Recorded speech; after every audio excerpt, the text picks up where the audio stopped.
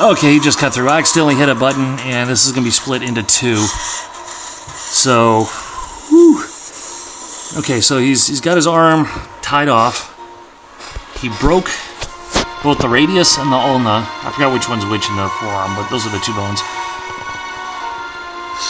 And really, he just got through the last major obstacle, which was cutting through the nerve. Oh, man. This is brutal. And you see, he's at a point now where he's like, you know what? Fuck it, I just gotta do it. Do it. You can do it, man. You can do it. You can do it. You can do it. And he's off. Trapped in there for 127 hours. He actually had a camera with him that you can see on the rock there if this were here, and that he actually filmed his own eulogy because he thought he was going to die. He very nearly did. However, though, the ending is pretty cool. He gets out of there and he comes across, I think it's a Dutch hiking couple. And just the music that they put along to this is just fucking awesome. You know, like a lot of people say, it's, you know, music, certain music in certain situations just heighten the experience a lot. And you'll see what I mean when they start playing the music. It just makes it that much, you know, that much more of a tugging at your heartstrings. Yeah, this. So he's free, and he's continuing on. And one thing about this too is that he wasn't totally safe yet. He still had something like, I don't know, about another 2 miles he had to hike through. Oh, look at that old digital camera. I think this happened in 2004, 2005. I could be wrong. But James Franco, dude, he was, for about 80%, 85% of this movie, he was the only person in there. So, I mean, this is about a 90-minute movie, you know, an hour and a half, hour 40 minutes with credits and everything. And it's just basically him. I mean, it's just awesomely amazing. It's almost similar to Sam Rockwell. I don't know if you know who he is, but if you've seen Galaxy Quest, he plays the security officer who's, when he was on the TV show, got killed off. Let's see, he was also the guy who played Justin Hammer in Iron Man 2. No, Iron Man 2, the main bad guy in Iron Man 2. And what Moon is it's just him. At one point, he's acting against himself, because he's on the moon on a 3-year contract with a company. Okay, I'm gonna shut up. Anyway, he's on contract with a company to mine on the moon, and it's only for 3 years. However, though, he keeps on, there's clones of him there that replace him every 3 years. So it's a cool movie, but okay, here we go with the audio. It's just the audio makes it so friggin' amazing. Make sure the volume's all the way up now. Okay, we're maxed. And of course he has water that's just been stagnant and standing there. And, you know, in a survival situation, they'll tell you do not drink that water no matter what.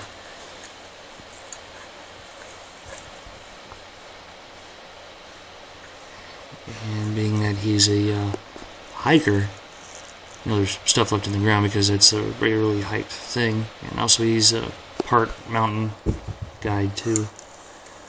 So he's doing all this one-handed. So he's rappelling this like a 100-foot drop, I think, or 120-foot drop.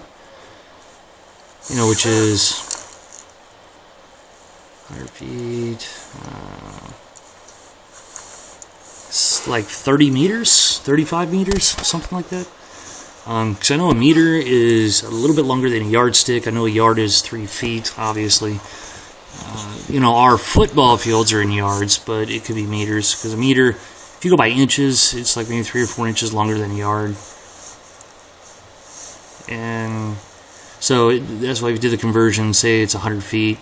That's 33.3 yards, which is probably about 30 meters or so. You guys go, look how nasty that water is. Okay, I don't. Yeah, I know you probably couldn't see it, but so you shouldn't be drinking that because it's brackish. It's probably full of parasites, but he hasn't had anything to drink in about 100 hours. Because he even drank his urine, and he had to stay hydrated. Which there's some debate among that, depending on what survival show you watch. But I guess he figures, hey, if I don't get rescued out here, I'm going to die anyway. So I'll just go ahead and drink this, even though it's probably got a lot of parasites that if it's not treated quickly will kill me. And and of course, if he's found, he's probably thinking, if he's found, whatever, he'll go ahead and drink it because he's going to be found. He'll tell them that he drank from stagnant water, and they can give him antibiotics for all that. So, okay. Sorry about the noise from the fan, but that's my computer. Okay, I'm going to be quiet now because this is where the music gets cool.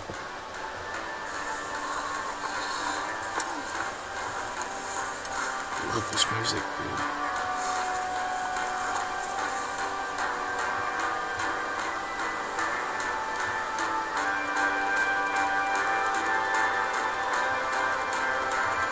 It's just amazing.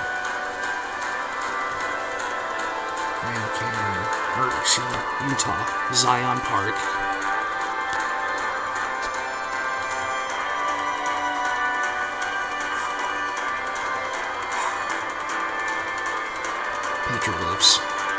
Petroglyphs. So there you go. Definitely shows that people have been there in the past. Hundreds of years ago, but not anymore.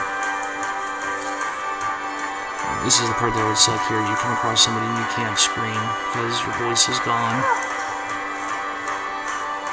And he's like, he's so close to safety. He's so close. That's the blood from his arm.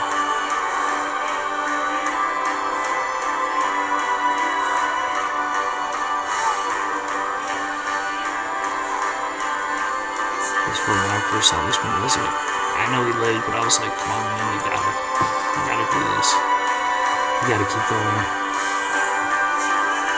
And he sees people, thinks it's a mirage. And it sucks as he can't scream at first. He's like, help, help. And then finally, runs out of range.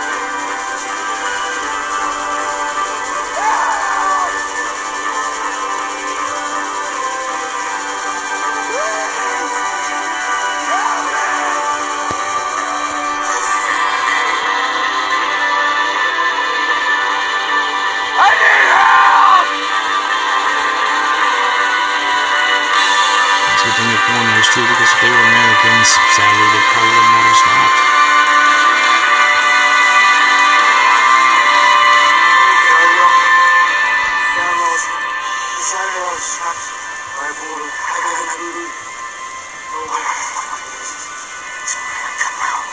Cut my arm off. And they're like, holy shit. They're like, holy shit, he cut his arm off.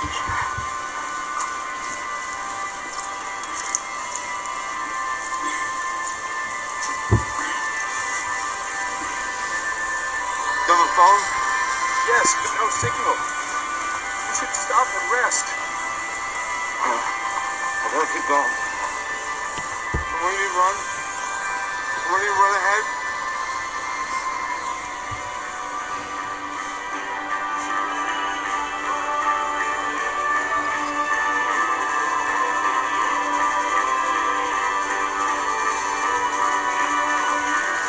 And we got more hikers.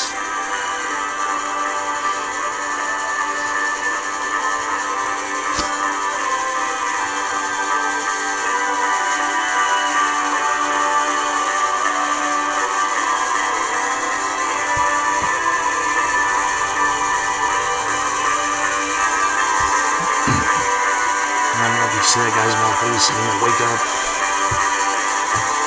Don't want to fall asleep here. She can fall into shock and die.